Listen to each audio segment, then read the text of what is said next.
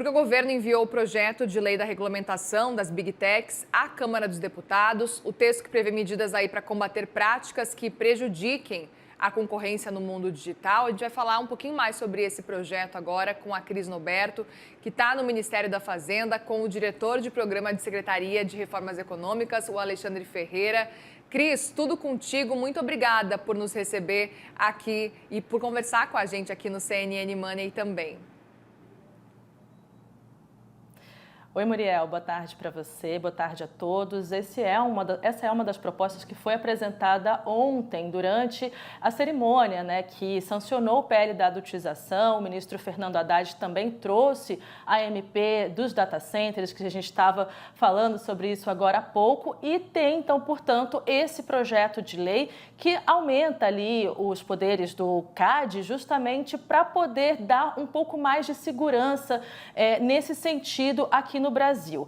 A gente está aqui, justamente com o Alexandre, que fez esse projeto aqui no Ministério da Fazenda, gestou esse projeto desde 2023, O próprio ministro Fernando Haddad já tinha falado que isso já estava acontecendo aqui dentro do Ministério da Fazenda, então, portanto, agora traz aí justamente em um momento em que o governo achou mais adequado e também, de toda a questão que a gente vem vivendo.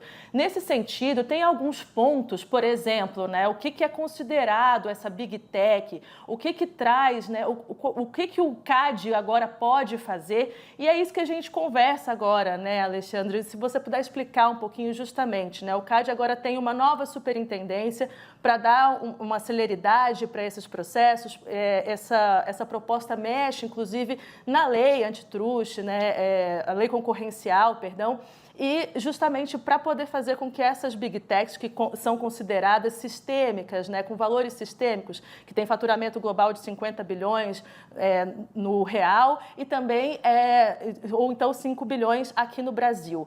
O que essa lei agora traz, o que esse projeto de lei que agora entra em tramitação no Congresso vai fazer, vai dar de poderes ao CAD, e quais são essas Big Techs? Cris, obrigado aqui pela pergunta, pelo espaço, é um prazer aqui estar contigo, com o pessoal que está acompanhando a gente na CNN. Primeiro, comentar um pouco o que motiva esse projeto de lei que o presidente Lula enviou ontem para o Congresso Nacional e que agora vai ser debatido na Câmara dos Deputados.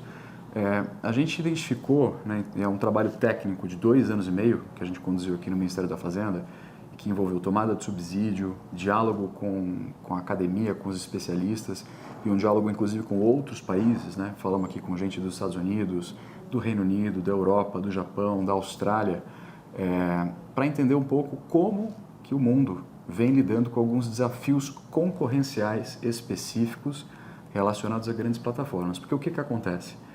Ao contrário de alguns mercados mais analógicos, ou offline, você tem aqui alguns casos de ecossistemas de serviços complexos e que ganham uma centralidade tão grande na economia que passam a intermediar a relação entre empresas e usuários, e criar aqui um tipo de relevância sistêmica, justamente isso. Você tem uma combinação, às vezes, de múltiplos serviços, alguns que são gratuitos para um usuário num lado e que são cobrados no outro, Então, você tem esse mercado de múltiplos lados, que tem esses efeitos de rede.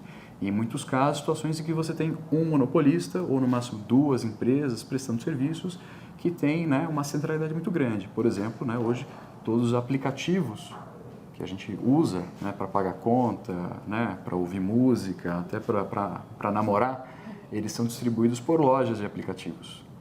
Então você tem um sistema operacional de um celular, você tem uma loja de aplicativo, um sistema de pagamento pelo qual isso tudo passa. Então, cada vez mais a economia depende disso, depende, por exemplo, da publicidade digital.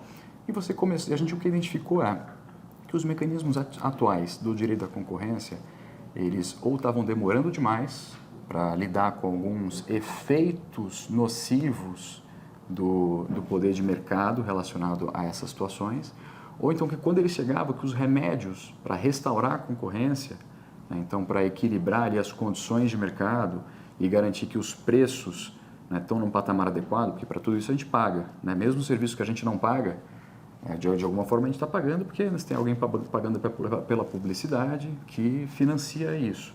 Então você tem a economia como um todo pagando, esses essas taxas que estão embutidas ali atrás da tela, né? Essas taxas ali, essas cobranças digitais.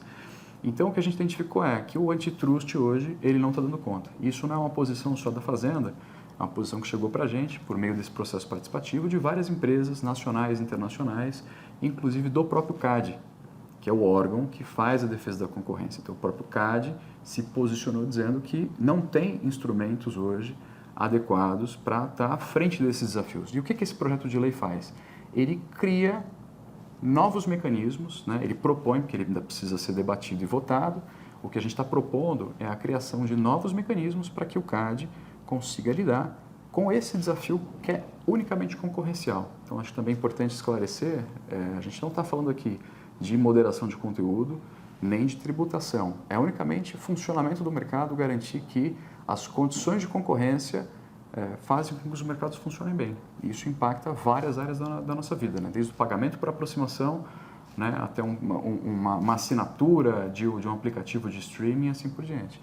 Então, o que o projeto concretamente ele faz? Ele confere ao CAD o poder de, número 1, designar plataformas de relevância sistêmica e, número 2, desenhar algumas regras customizadas para o caso de cada uma dessas plataformas, né? Então, o que é uma plataforma de relevância sistêmica? É uma plataforma que justamente ela se qualifica, né, e o projeto de lei traz aqui uma série de características, né, de critérios para que essa plataforma, assim, ela tem que ter presença em vários mercados digitais, esse poder de mercado associado a efeito de rede, acesso a um volume de dados relevante, ter uma posição estratégica para a prestação de serviços de terceiros. Então, isso a qualifica justamente como essa plataforma, com esse fenômeno novo, que é justamente o fenômeno que o antitrust tradicional não está conseguindo lidar a contento.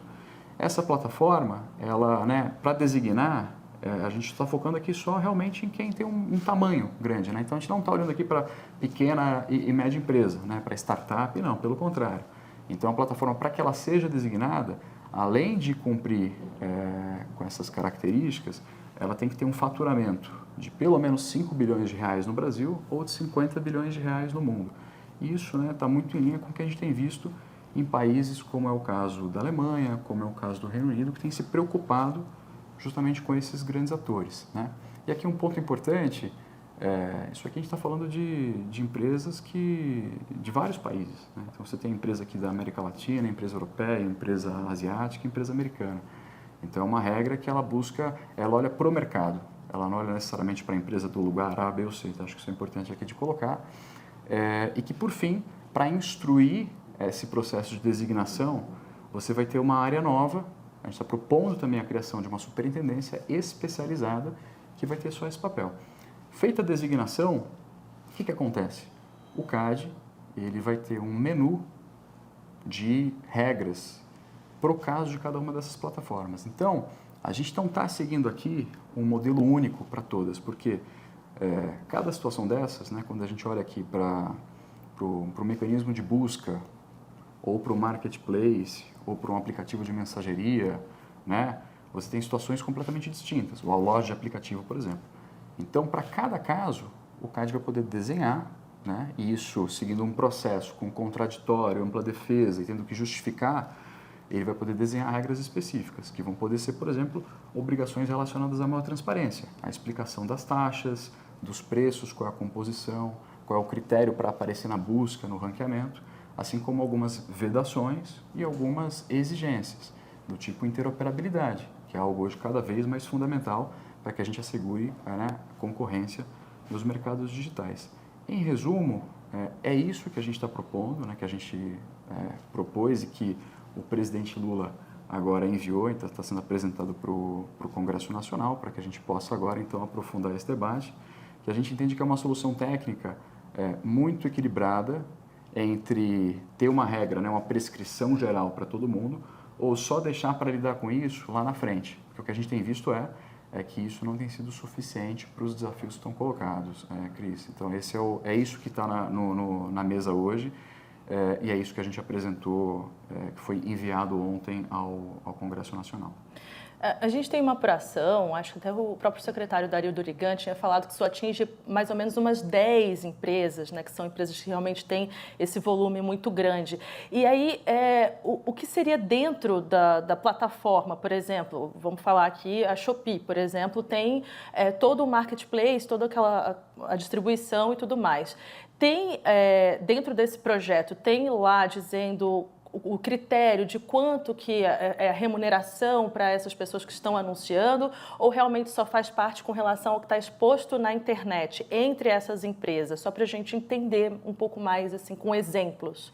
Perfeito, ele é um mecanismo para concorrência, então ele olha principalmente para a relação entre as empresas, que, em última análise, é algo que vai beneficiar os consumidores, né? Tanto os consumidores que também são empresas, quanto os usuários finais.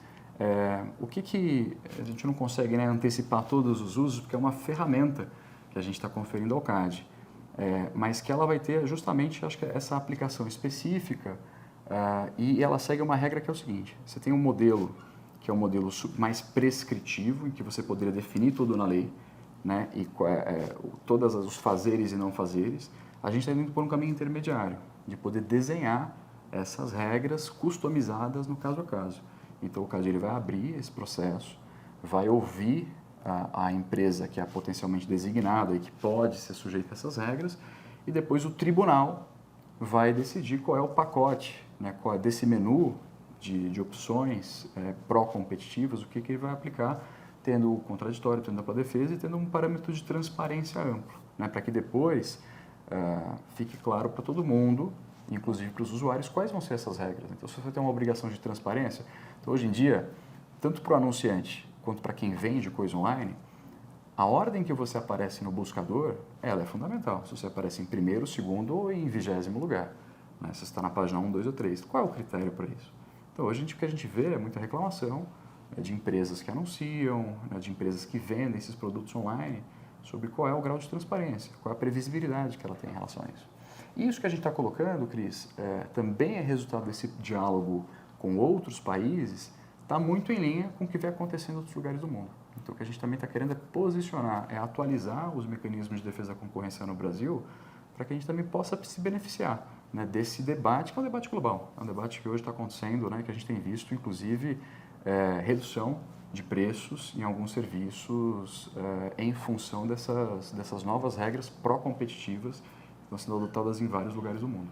Sei que o projeto ainda está em tramitação, vai entrar em tramitação, não tem nem relator, né, vai passar por várias comissões temáticas, mas qual seria o prazo para o CAD começar a preparar essas regras e levar para o tribunal? Você acha que isso até no final de 2026, caso venha a ser aprovado no começo de 2026, ou até agora, no fim do ano, já seja possível ter essas novas regras já dentro do CAD?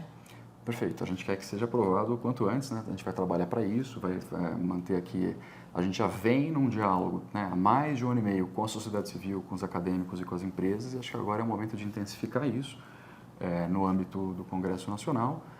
E assim, acho que o que é importante, né, para quem está acompanhando a gente entender, no momento em que essa lei é aprovada, ela não se aplica de imediato, você precisa ter aqui esse procedimento, e aí o CAD, né, ele vai poder aplicar isso. E depois que ele cumprir com essa etapa, com esse processo, aí essas regras passam a valer. Você tem a publicação da regra, e essa regra passa a valer para essas empresas que estão ali designadas e com esse pacote de regras pró-competitivas. Então, mas a gente está, assim, como é um processo também muito em diálogo com o CAD, com a sociedade civil, com as empresas, a gente entende também que, num curto espaço de tempo, seria capaz de implementar.